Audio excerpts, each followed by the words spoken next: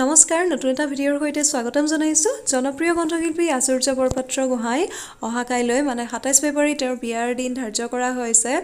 ইতিমধ্যে তেওঁৰ বিয়াৰ পৰ্ব আৰম্ভ হৈ গ'ল আৰু তেওঁৰ আজি জোৰোণ আছিল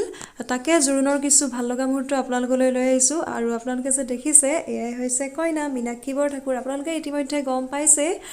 তথাপিও জনাই দিছো আৰু আশা ৰাখিছো আপোনালোকে নিশ্চয় ভিডিঅ'টো চাই ভাল পাব আৰু জোৰোণৰ কিছু সুন্দৰ মুহূৰ্ত আপোনালোকৰ মাজলৈ আগবঢ়াইছো আৰু সঁচাকৈ কইনাক খুব বেছি ধুনীয়া লাগিছিল আৰু দুয়োলৈকে যুগ্ম জীৱনৰ আৰম্ভণিতে শুভেচ্ছা থাকিল মোৰ চেনেলৰ ফালৰ পৰা আশা ৰাখিছো দুয়োৰে যুগ্ম জীৱন সুখৰ হওক গতিকে আহক এতিয়া জোৰোণৰ ভাল লগা মুহূৰ্তবোৰ উপভোগ কৰোঁ আৰু আপোনালোক যদিহে প্ৰথমবাৰ মোৰ চেনেললৈ আহিছে তেনেহ'লে প্লিজ চেনেলটো লাইক শ্বেয়াৰ এণ্ড ছাবস্ক্ৰাইব কৰি দিব যাতে আগলৈ মোৰ এনেকুৱা ধৰণৰ ভিডিঅ'বোৰ চাই থাকিব পাৰে আজি মই কইনা